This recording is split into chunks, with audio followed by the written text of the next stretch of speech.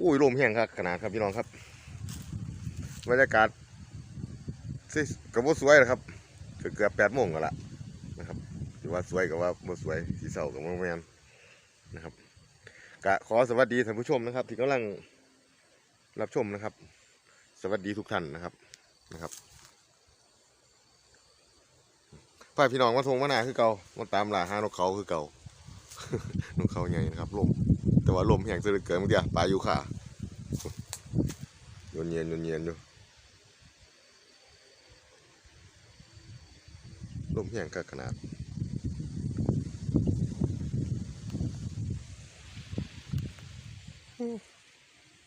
นะครับ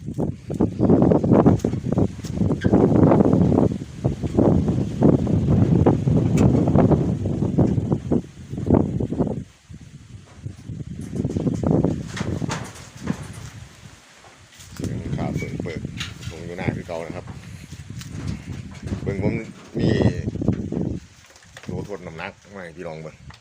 นะครับนี่ผมไปได้สโคปมาใหม่นะครับไปเบิ่งในแอปสม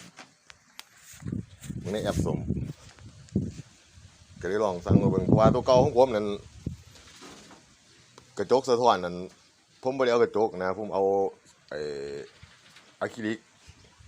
แบบเป็นเหลืองนะครับโดนไปมันก็เหลืองผมก็เลยลองสั่งตัวนี้มา300 กว่าบาทครับผมไปเห็นในแอปส่งก็เลยลองสั่งมาเบิ่งนะครับตัวสะท้อนก็เป็นกระจกเลยครับของเขาสินค้ามาจากประเทศอินโดเพิ่นว่าจักแม่นหรือบ่แม่นหรอกนะครับแต่ก็หลายมืออยู่โทรศัพท์ถ่ายติดสโคปผมก็ไปได้ iPhone 6s นะครับก็หน่อยลงนะครับให้มันหน่อยลงนะครับกระทัดรัดตัวเก่าผมมันเป็นซัมซุงJ7 บ่หรืออย่างนี้ล่ะจำบ่ได้นะครับนะครับก็ลองเอา iPhone ถ่ายเบิ่งนะครับหาภาพมันดีกว่าซัมซุงนะครับแต่ว่ามันเป็นอันนั้นนี่ครับมันเป็นการสั่นภาพสมูทนะยามถ่ายเฮาไอ้ภาพมันจะเต้นไปเต้นมาจังไดเนี่ยนะครับเดี๋ยวพี่น้องจังรอเบิ่งในคลิปนะครับเอา iPhone ติดสโคปถ่ายมันจะเป็นจังไดนะครับอันนี้ผมเปลี่ยนใหม่เด้ครับเห็นบ่พี่น้องเบิ่งโทรศัพท์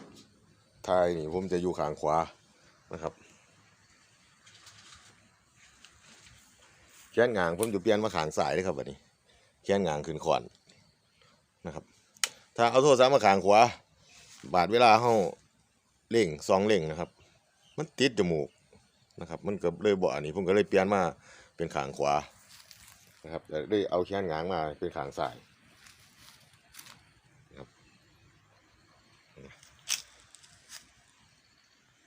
แขนงางมาเป็นข้างซ้ายถ่ายวิดีโอข้างขวา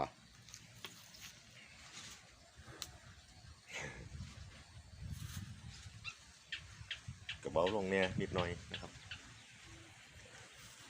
ไปพาพี่น้องหาเลาะจักสิจังไดวันนี้คือลมแม่งคือพูดอะไรยิ่งถือบ่กันเห็นจักสิถือบ่ถือนะครับกระถารอเบิ่งเอา iPhone ถ่ายมันจะภาพมันจะเป็นจังไดนะครับเพราะว่าผมก็คันเอาซัมซุงก็มันใหญ่เทอะทะนะครับอันนี้เอาโทรศัพท์หน่อยใส่มันคือจังมันโมใหญ่บ่อันนี้นะครับเนาะไปครับพี่น้องครับไปรอรับชมน้ำกันมาท่าพอตัวจังไดเดี๋ยวผมจังจะเอาสโคปถ่ายให้พี่น้องเขาเบิ่งนะครับผมจะพาพี่น้องไปทางพุ่นละต้มบีครับโอ้เดี๋ยวซื้อม้วนไว้ซะหน่อยสังกะสีก็ได้สังกะสีก็เติงครับกันแม่นแนวของขืนผมบ่อยู่เลยครับแบบนี้ตีสังกะสีเปิงว่าสิว่าซึ่งเป็นเสียงลมนี่เป็นเสียงอย่างเดียวผมไปเลยแบบนี้นะครับกะมาต่อผมมีไอ้ท่านหนึ่งนำนะครับเพิ่นถามผมมามีวิธีแก้เฮลิคอนเบิร์นบอนะครับของผมหนึ่งส่วนมากก็จะเป็นอยู่โอลิงอยู่ก้นว่าวนะครับ อยู่ก้นว่าวมันจะมีตัวแหวนแหวนอยู่ก้นว่าวนะเป็นเกี่ยวคันเข้าไปนะครับถ้าแม่นถอดแหวนตัวนั้นออกมานะครับมันจะมีโอดิ่งตัวหนึ่งนะครับมันจะเสื่อมนะครับของผมสำหรับของผมเนี่ยนะครับถอดแหวนอยู่ก้นว่าวนั้นออกมานั้นมันจะมีโอดิ่งตัวหันตัวหนึ่งนะครับผมเปลี่ยนแค่โอดิ่งตัวนั้นก็ใส่เข้าไปคืนก็หายได้ครับนะครับถ้าลมมันหัวออกมามันจะดันออกทางก้นว่าวนะครับบานอาดเขาก็ขวานนะครับเห็นในขวานเบิ่นนะครับสำหรับของผมนะครับส่วนมากของผมจะเป็นปัญหาเคลียร์ตัวนั้นนะครับขวานเบิ่นครับแต่มันก็มีหลายปัจจัยอยู่แล้วครับแต่ว่าสำหรับของผมมันเป็นตัวนั้นนะครับไอ้ลองเอาไปเฮ็ดเบิ่งไอ้ลองไปเปลี่ยนเบิ่งนะครับโอดิ่งตัวนั้นนะครับไปว่าวแล้วก็ได้ถือว่าครับคือลมอย่างเนี้ยนะเสียงลมนะครับโอ้ลมเย็นขนาด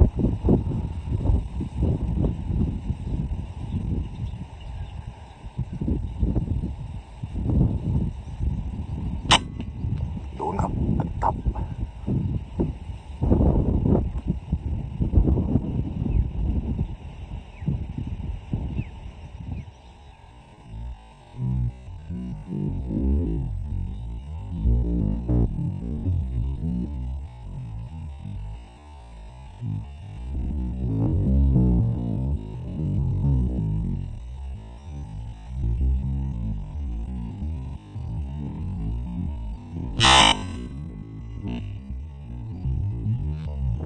ลอยครับต้นพูครับเดี๋ยวว่าไปตกอยู่คุณหมดเต็มโดนหมดเต็มนะครับไปแล้วผมพายางไปเอาโอ้ยบรรจุปะโถวะผู้เฒ่าสองคนมันว้าว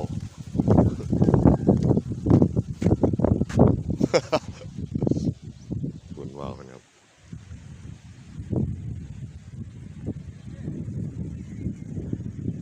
อู้ลมแห้งเลยครับพี่น้องครับดูนะจะเจ็บมือแต่นูเข้าที่อยู่คุณขามป่วนกี่ไทยไปยังไงเนาะไป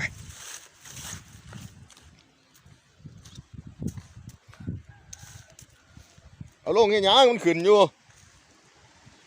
ไม่ต้องเอาลงดอก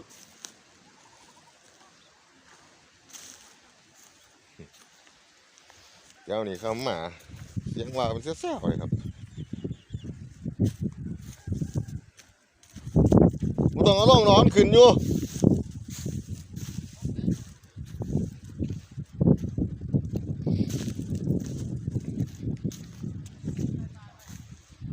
มันออกมาอยู่บ่มันออกมาอยู่บ่โอ้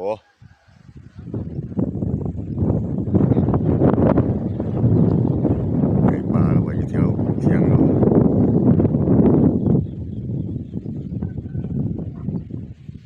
ผู้เฒ่าเรียนว่าวไปหาหนูเข้านี่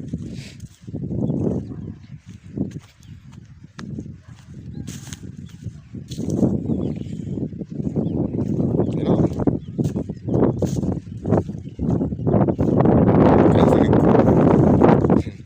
ลมแห้งถือว่าเต็มเสียละจังมาแถวนี้ตัวนั้นเสียงลมฟังเดียวครับพี่น้องครับเสียงลมเลย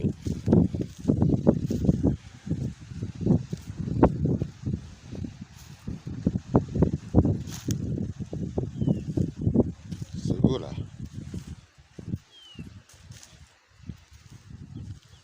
มาแถวตกแถวนี้ตัวลงใส่บุนี่หาท่านเห็นอยู่ครับตายละสีก่อนกี่ไทย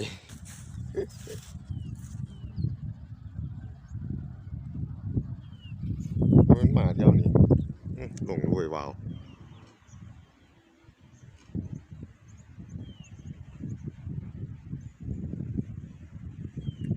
ตะเกียวลงให้ยังนะครับหรืออย่างกับว่าเรียนใหม่อีกเดี๋ยวผมหาหนูก่อนที่ยังบินลงมาแถวนี้ตัวละ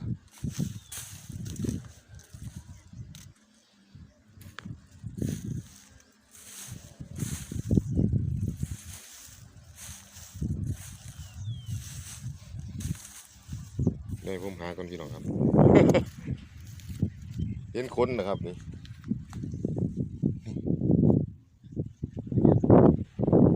เนี่ยบุคาขึ้นที่คนโตนกจักอยู่ใส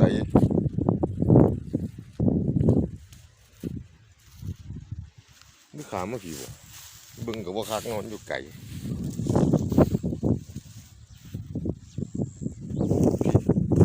หาอยู่บักโดนหนึ่ง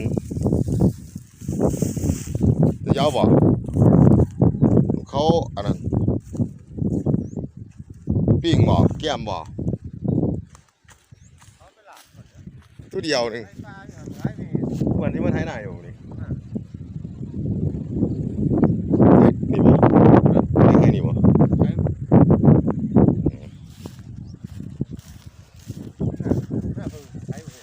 หน้าไผ่หน้าบัดโอ้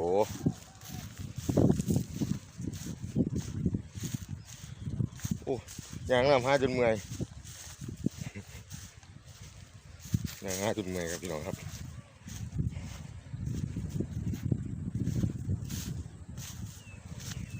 ไป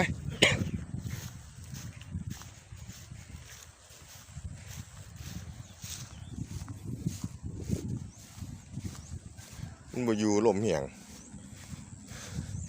ถือน้อยเดียวครับเลยเอาให้เพิ่น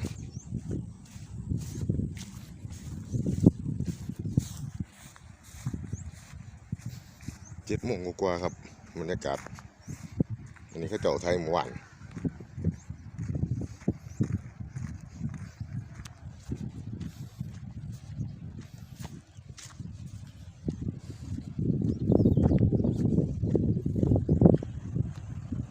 นี่ต้นนี้มั้งครับนี่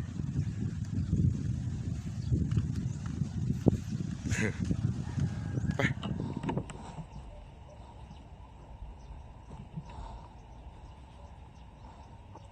เขาใหญ่ครับ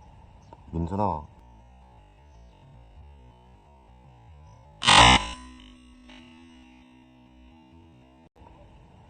เรียบร้อยครับเขาใหญ่เขาใหญ่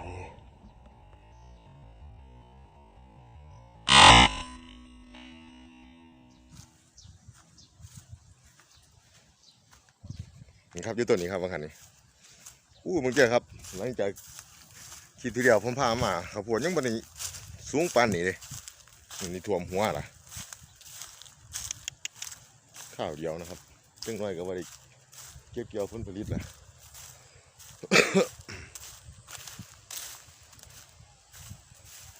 แต่ที่สองครับแต่ก็เพิ่นเอาไปละตัวนั้น เดี๋ยวไปแหวกเพิ่นตื่มอีกให้เพิ่นลาบตื่มสู่กินอยู่นะครับบุยูครับบุยูครับยังอยู่ไปตัวอยู่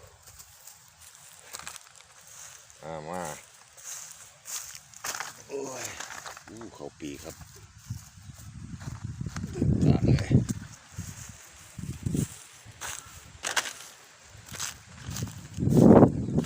ลมแห้งเลยครับพี่น้องครับเมื่อวานนี้แห้งๆแต่ว่าผมไปไต่มาไปด้านนอกมาบางครั้งนี้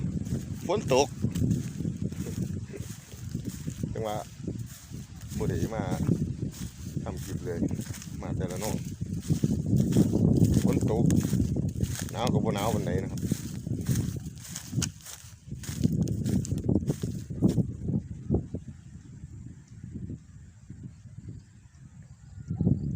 อากาศ8 โมงกว่าครับ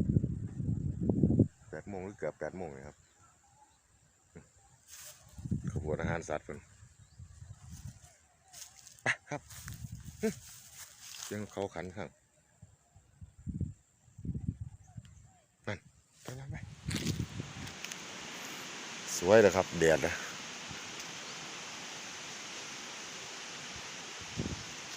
พาพี่น้องมาเบิ่งไก่ปลาผมเสาผู้แดงแล้วว่าไก่ปลาอยู่เถียงเราสันเสี่ยวอยู่ทุกเห็นหมดอ่ะนี่มันล่มหมอนบ่ออก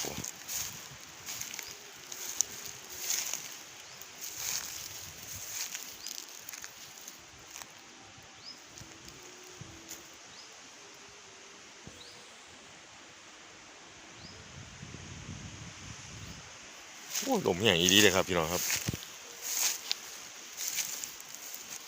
ขานไปยำเลย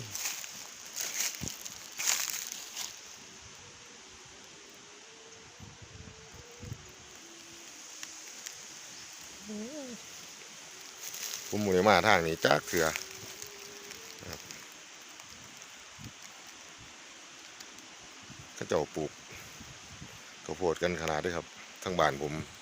เกี่ยวเขาเหลี่ยวกับมะลงข้าวโพดอาหารสัตว์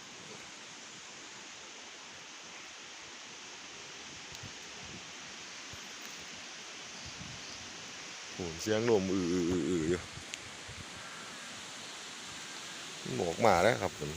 ส่งมาแต่เช้าช่วงเช้ากับช่วงแรงๆนะครับเนาะวันนี้ผมมาสวยละจังมาครับเดี๋ยวมื้อหน้าจังสิพาพี่น้องมาเบิ่งใหม่มาเบิ่งแต่เช้าเอานะครับไปพาพี่น้องไปอีกจะข้าวก่อนเช้าเห็นพ่อแดงนะว่าไก่ป่าเต็มเกี่ยกินต้องมายามเช้าๆครับกันไก่ป่ายามเช้าๆกับยามแดงๆไปพาพี่น้องเบิ่งบรรยากาศเขียวผมไม่ได้มาทางนี้โดนเตือนไปเลยครับ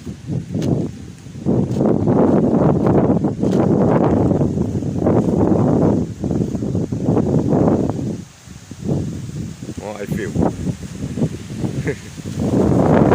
ที่เราโล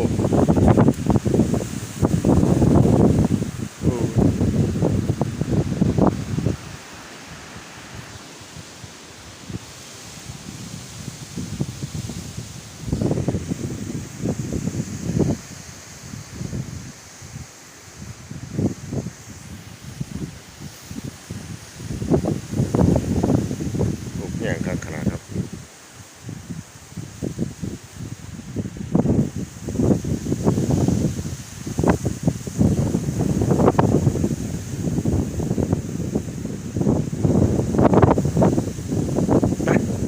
ไปอีกครับพี่น้องครับเดี๋ยวมือหนาจังสิพาพี่น้องมาจอบเบิ่งยามเช้าๆตัวเราสวยแล้ว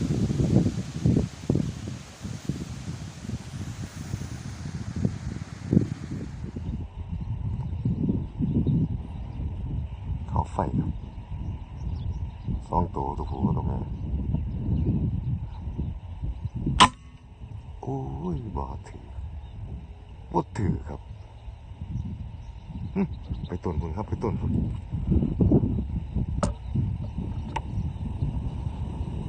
ผีมันต้นพี่ไปเดี๋ยวผมตามครับมันต้นนี้ครับเมื่อกี้นี้ต้นนี้กำลังยางมาไปล่ะโอ้เสียดายนะครับดูสิต้มแย่งครับขนาดครับพี่น้องครับไปผมสิพาไปคนนั้นไปรอทางคุณบ่คือครับกลับมาทางเก่าดีกว่านะครับแต่ว่าสิพาพี่น้องไปทางโน้นพุ่น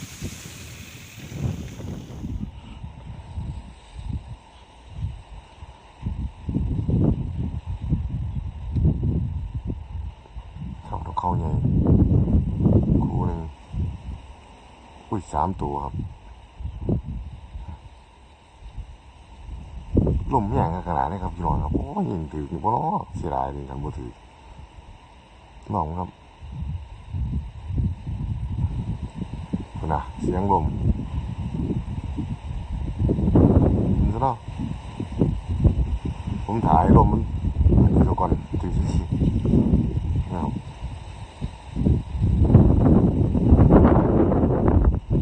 ลมมันปลิวเวินๆเนาะโอ้ยบ่ถือ3เม็ดหมดละเสียดายดีครับโอ้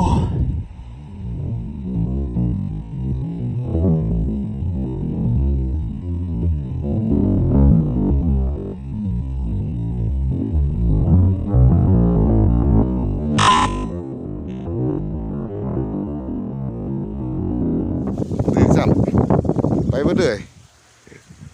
ลมมันเหี่ยงดีครับอยู่ต้นนี่อยู่ต้นม่วงต้นอยู่มั้งครับ หน่อยต้องปลายนี่โอ้เสียดายลมแห้งครับ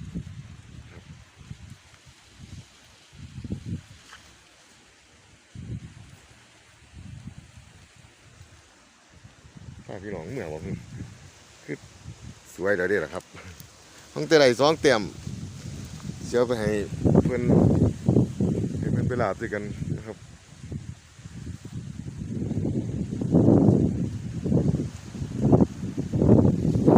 2 ตัวเสียดายนะครับไปสิพาพี่น้องของเมื่อแล้วครับมือหนาจังมาใหม่เนาะเดี๋ยวนั้นเดี๋ยว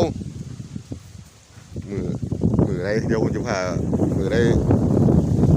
ตื่นเสาๆนะครับผมจะพาพี่น้องไปจอดไปปลาหน้าบัวแดงงั้นผมไปเงี้ยมันสวยแล้วเนาะเย็นมันนะมือไรไปเตะเสาเขาจะไปนั่งจอดเบิ่งนะครับเนาะสำหรับวันนี้เฮาเมื่อดีกว่านะครับลมแห้งอย่างนี้ครับพี่น้องครับยิ่งถึกงานวิดีโอหนาจังเจอกันไหมนะครับอาจจะพาพี่น้องไปหาเจาะไก่ปลานะครับเนาะเจอกันวิดีโอหนาครับคลิปนี้ผมหลุยสารสายลาลาพี่น้องไปก่อนนะครับคลิปหน้าพอกันไหมนะครับสวัสดีครับ